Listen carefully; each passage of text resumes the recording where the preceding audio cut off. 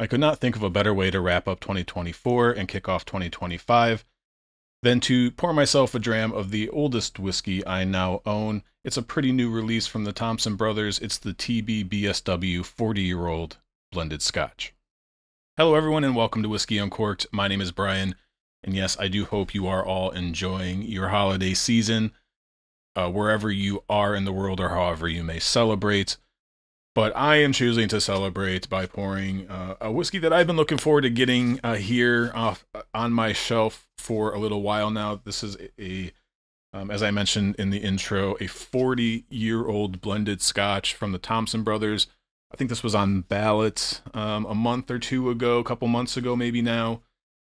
And I picked one up when I saw 40 years old and the price that it was being sold at. It was pretty hard to not try to take advantage of that opportunity to drink a 40-year-old Scotch. Those opportunities are becoming very, very difficult to come across due to just kind of basically the price, number one, and 40-year-old Scotch is just pretty rare to begin with. So ordering this directly from the Thompson Brothers, if you're in the UK, would have cost you about 165 pounds, which works out to about $200, which after taxes and everything is about what I paid for it to get it here to the States. I had it only shipped with one other bottle. If you order more bottles, it makes it a little bit better deal. But I also had a 20% content creator discount from them. So full transparency there. This probably ended up costing me about the same as what it would have cost someone in the UK to buy one. I didn't do the exact math, but it should have probably ended up right around there. Anyways, I also noticed that K&L currently has, K&L Wines here in California, does have a 38-year-old blended Scotch whiskey at also a pretty low ABV. I'll get into the stats on this bottle in just a second, but I believe that one's up at 41.5% or so. That one, again, is 38 years old, and that's $180 plus tax, so that one's going to come out to about $200 as well. But let's talk about this bottle a little bit. This, as I mentioned, does come in at a very low ABV at 40.4% alcohol by volume. It is 40 years old. It was, the youngest spirit in here was distilled in March of 1984. It was bottled in October of 2024, and this was a cask type of a refill butt. So I do have some more information. Let me pull up my notes there. This is directly from the Thompson Brothers. So this is a BSW, which is the same sort of moniker that they give to their that is their 8-year-old blended Scotch, I believe. Sorry, the BSW is the 6 year. The SRV5 is the 8 year. I get the ages mixed up on them all the time. But yes, this is the standard one that you can get here in the States, about 55 bucks. I did a review of this earlier this year. However, don't necessarily be fooled, as this, as confirmed by Simon from the Thompson Brothers, that the source of this is unrelated to the quote-unquote alleged BSW source. So this is different whiskey, and I can tell you it tastes completely different. This has got some peat in it, and some more information from Simon is that this blend, as I said, was the youngest whiskey in here, is from March of 84. So there could be stuff that's older than 40 years in here, but that everything was blended together and recast in 1998. So there's no idea on what the mix actual is, but they suspect that there is a lot of 1980s Bowmore in here based on how it tastes. One other thing is it doesn't mention anywhere whether this is this is the cask strength at 40.4%. I would not be surprised if this is just natural 40.4 cask strength, because after 40 years that is not all that surprising. If it would have went too much lower, they could not have bottled and labeled it as Scotch whiskey, as it must be at least 40% ABV. And the reality is, after 40 years, if it needs any more time, you know, what are you waiting for at that point, I suppose. But anyways, I will be the first to admit that this is a completely kind of new category. I guess that's not super surprising, but you know, these ultra old, very low ABV whiskeys are something I don't have a lot of experience with. There are people out there that have had the opportunity and the privilege of tasting a lot of these types of whiskeys, and it's definitely a little bit of a change of pace with that lower strength, even with it being natural, non-chill filtered, all that stuff. I don't know if I mentioned that earlier, but of course this is Thompson Brothers, so this is natural color and non-chill filtered. But this is, as someone who drinks a lot of at least 46% ABV Scotch, all the way up to super high ABV bourbons and that sort of thing, this is a bit of a new adventure for me. And I actually have been drinking, and something will probably pop up on the channel here in not the super distant future, talking about some lower strength Scotch whiskeys that I've kind of accumulated over the years. I figured there might be a good opportunity to kind of go through those and give my thoughts and opinions on them, but those are very, very different than what this is going to provide in terms of an experience. At any rate, this is a new part of my journey, maybe. I don't know how many whiskeys like this I'm going to get to try, but even if you throw in some of those lower ABV, kind of more standard Scotch whiskeys, that's something that I would look forward to being able to appreciate, particularly when you're going to have something that's extremely high quality, like we can expect this one to be, and just learning to enjoy the more subtle, complex experiences that can often be delicate and really need some time, some quiet time to fully appreciate. And I definitely feel, at least for me, this certainly qualifies as that. I guess the bottom line is, if you are someone who typically only drinks very high ABV whiskey, whether it's Scotch, bourbon, or whatnot, something like this may not be up your alley. I mean, that's up for you to decide, I guess. But I know for me, it definitely kind of takes some extra focus to fully kind of read everything that it's doing, because it is 40%. And there is depth here. There are layers to this. There's an incredible amount of complexity, actually. But you really kind of have to listen to it and pay very close attention. All right, so one other thing. I bought some of these 1920s blenders glasses, I think, a few years ago. And they're these big bulb-shaped whiskey that are really hard to clean, and because they have leaves water spots on the inside of them and everything, so kind of a pain. But my understanding is that these were really excellent for nosing, in particular, old delicate whiskeys, and I haven't really had much of a chance to use them. Every once in a while I'll kind of I'll pull one out and try to use it, and I don't know if it's really kind of enhanced my experience yet. But I figured this would be the perfect opportunity to at least try it. I've had this one actually capped as well, so I haven't tried it yet with this type of glass and this whiskey, so we'll see what happens. But I figure, why don't we jump into the nosing and tasting notes, and I'll give it a score. Although, again, this is one of those where even giving it a score feels a little silly, because it's a one-of-a-kind thing. This has been sitting in a barrel for 40 years, and we can thank the Thompson Brothers for at least putting it into a barrel and selling it to us for a price that, I mean, show me another 40-year-old whiskey that you've been able to buy for under $200 anytime recently. I'm sure there's probably one out there somewhere, another probably blended Scotch whiskey. But yeah, let's nose and taste this, and I'll do my best. But this is a challenge for me, because there are different notes in here, being this old, and again, it is a very subtle, and although it's a full nose, but it is subtle and delicate, and there are many fine layers. All right, here we go.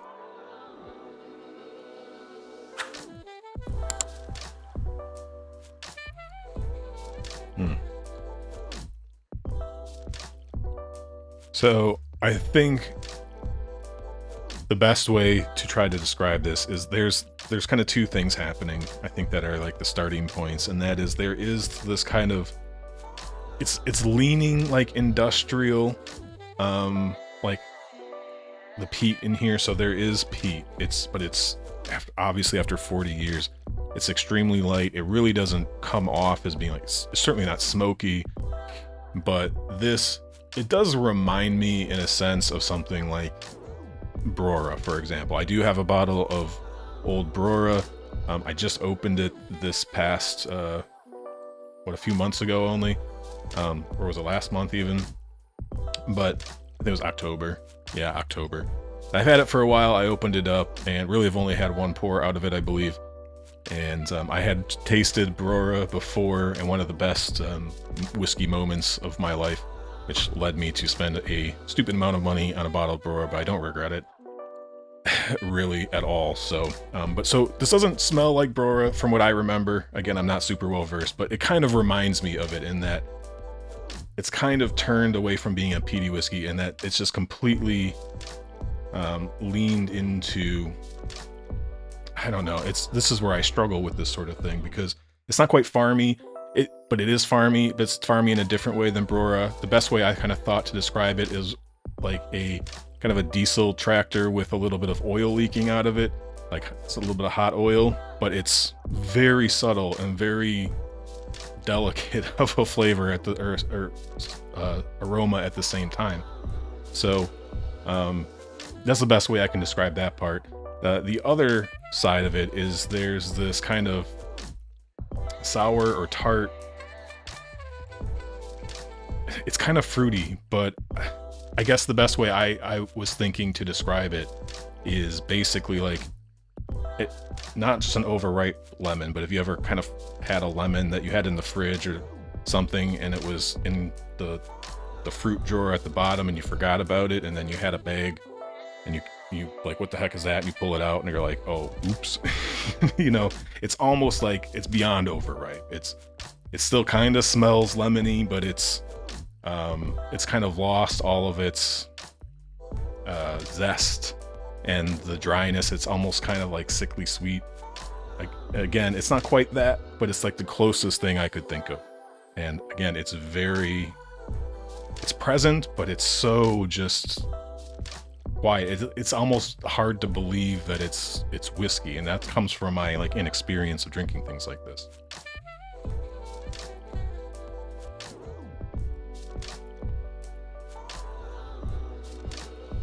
So yeah, there's maybe a touch of orange as well.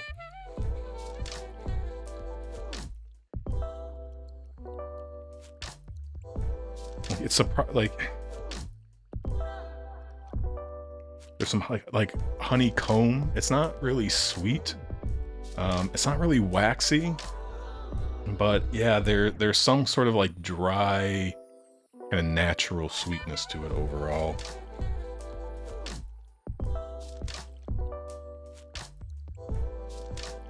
And obviously this bottle hasn't been open for a long time, maybe a week or two. I haven't drank much out of it, so I do anticipate that this will probably, well, the bottle will probably open up, but really my palate will probably tune into this much better down the line. But I was excited to get this and open it, and I thought end of the year video would be, it's perfect for the end of the year sort of thing, trying something new and challenging myself in a different way. But anyways, that's probably, I'm not doing the nose justice, and I know I'm not doing it. Let's try on the this blender's glass and see if the glass helps at all, and if I can get anything new. I've had it capped as well, so I'm hoping maybe to get a pretty pungent blast out of here. And these have been sitting in the glass now for probably close to an hour at least. So here we go.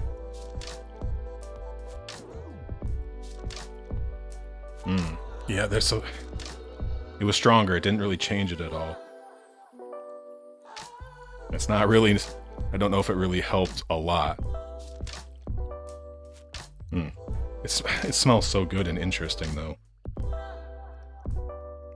And I know there's probably words that people who talk about these styles of whiskey have for some of these aromas, and I just don't know them. But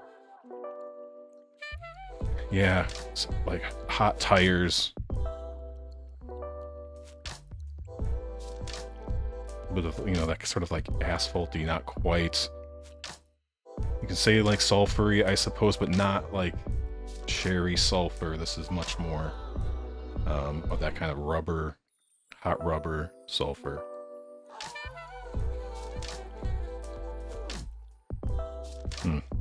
Yeah, I don't know if I'm going to be able to do the nose any more justice than this.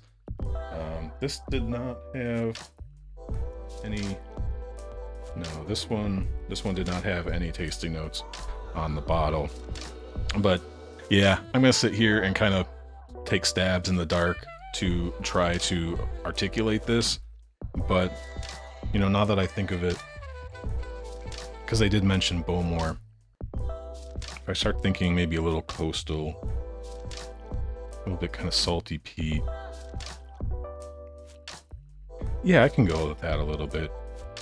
If I try to place myself there and I look for it, maybe there is a touch of kind of coastal and maritime quality to it as well that you can find in some islets, but this is a blended Scotch, so even if I can say on the palate it becomes a little bit more evident. I haven't drank a lot of Old Bowmores or anything like that, but I've had a couple, been able to try a few, and there is definitely some resemblance on the palate, but I don't know if I would have been able to pick that out if it wasn't for the note that was provided to me by the Thompson Brothers. So without further ado, why don't we give it a try? I'll try to articulate that maybe a little bit better, but here we go.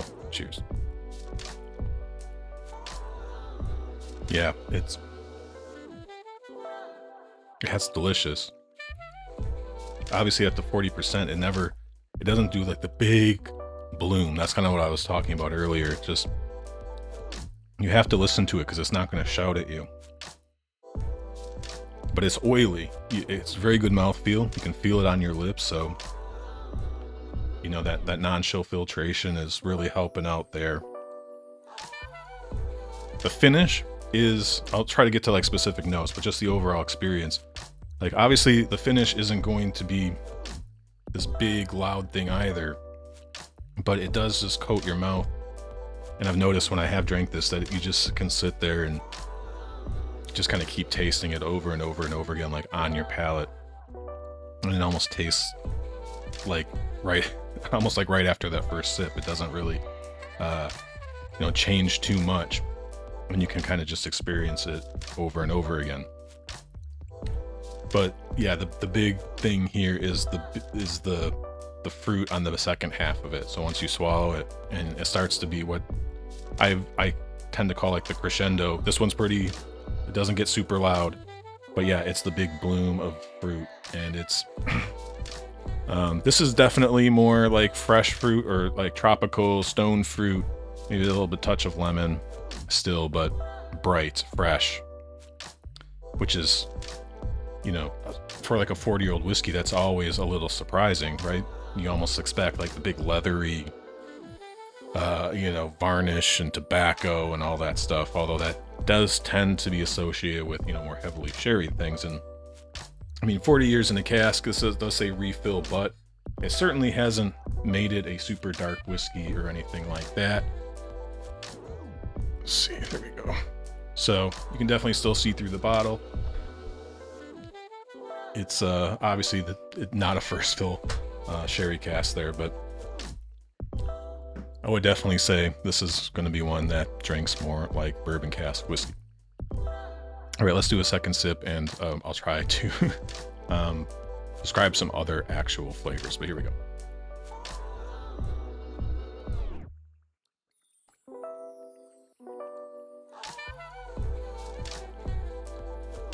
So you get some of the gentle sweetness, like that honeycomb. Maybe a little bit more kind of natural honey, but it's so gentle on the front of the palate. And this is an experience I've had when I've drank this a couple other times I've had it before today. The first sip is very fruity, and then that second sip, it's a little bit more of an even experience, and you do kind of get a little bit more of the old whiskey notes. It darkens up a little bit. You start to maybe get a little bit of toffee. Maybe just a little sort of like leathery kind of almost texture, like on the very back, on the finish, once kind of the flavors all kind of centralize on kind of the mid palate, like after you swallow, there is a little bit of a leathery, slightly waxy kind of texture in the back.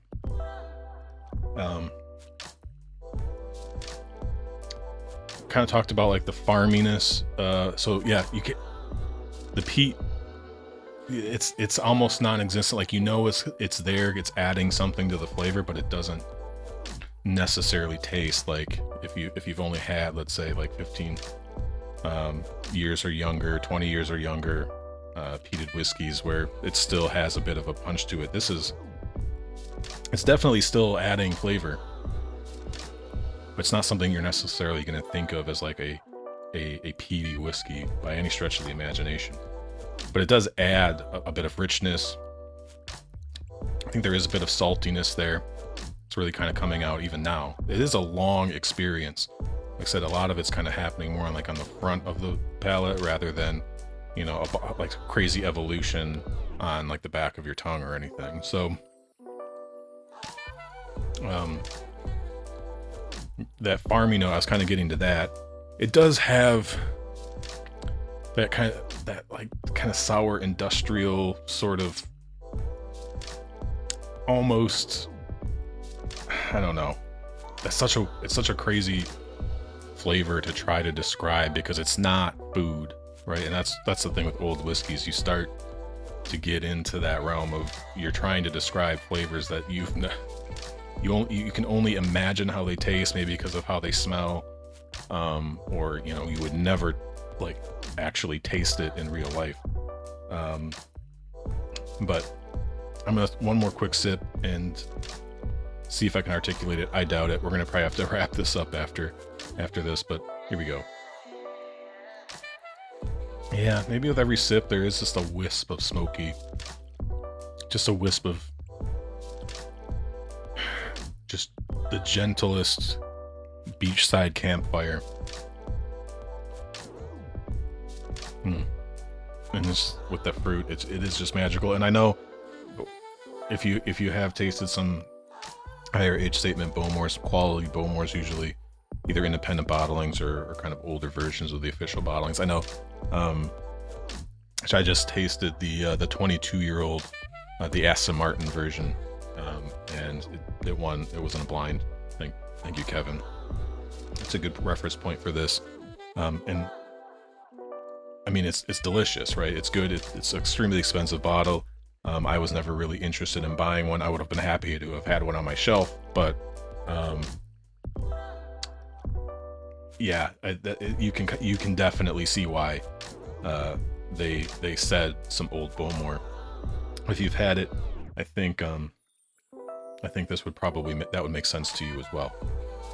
I'm confused right now. I think I like completely stopped in the middle of a sentence before, and I'm not sure if I actually completed it or not, because I'm thinking about this and I'm trying to talk. But like I said at the beginning, this is, yeah, it's almost like, you know, kind of being new at this again, because it's such a different type of experience. And different flavors when you get into the old whiskey. That's always like the fun part for me, is just, you know, you smell it and you know that should smell bad, but you know, you can't help but absolutely adore it. And you try to put words to it and you try to think of what exactly that smell is, and you know, you do it enough, I'm sure you get kind of the hang of it. But for me, it is still a challenge, but hey, that's what this is all about, right? You gotta challenge ourselves, and happy to put myself on the spot a little bit, but I'm gonna have a lot of fun getting to know this. Probably bring a sample or two with me on my Christmas trip coming up here, and share and enjoy that, and see if maybe somebody, particularly probably Kevin, will be able to help me with any notes from this. But in terms of a score, that's really difficult, because this isn't really something that you can directly compare to a lot of the other stuff that we've reviewed on this channel, right? This is in its own like category of whiskey, and trying, I really don't have a lot of reference points for it.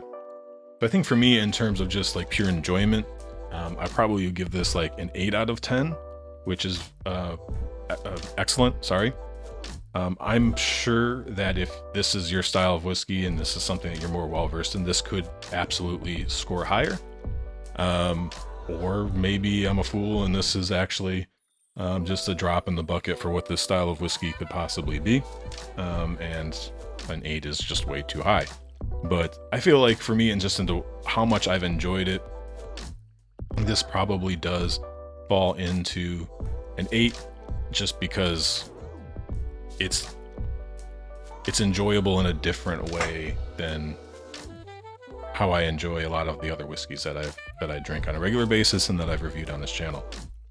So that's the best I can do. Value, I mean, this is a fantastic value. I mean, anytime you get an opportunity, really at that point, like whether it gets an 8 or a 9 or a 7, it's different. And that's kind of, I think, where most whiskey drinkers eventually they get to that point where they are just really fascinated with the thing that's different, the flavor chase, so to speak, and you kind of feel that excitement again. And that's really the way I think I felt with this, right? It kind of brings you back to some earlier times in your journey when you were trying to figure out maybe even the 10 or 12-year-old kind of standard bottling. It's like, what is that? Like, I'm trying to put like a tasting note to it.